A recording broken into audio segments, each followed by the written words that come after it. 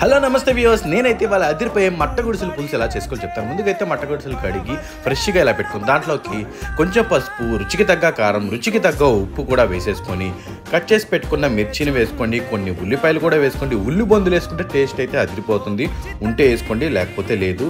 So మీరైతే try చేయండి. ఉల్లి బొందులు కూడా వేసేసుకొని ఫ్రెష్ అల్లం వెల్లుల్లి పేస్ట్ నూరింది ఉంది కదా, దాన్ని అయితే వేసేసుకోవాలి.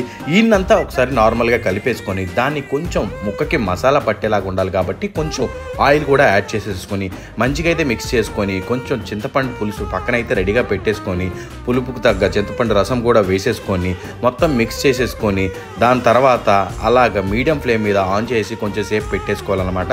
దాంట్లోకి పచ్చి కొబ్బరి, గసగసాలు కూడా వేసేసుకొని అలా మీడియం ఫ్లేమ్లో చూసుకుంటూ ఉడికిన తర్వాత దించేసి కొత్తిమీర జల్లేసుకొని అలా వేడి వేడి అన్నం వేసుకొని తింటే అదిరిపోతుంది. ఇంకెందుకు, వీడియో నచ్చితే లైక్ చేయండి, షేర్ చేయండి, సబ్స్క్రైబ్ చేయండి.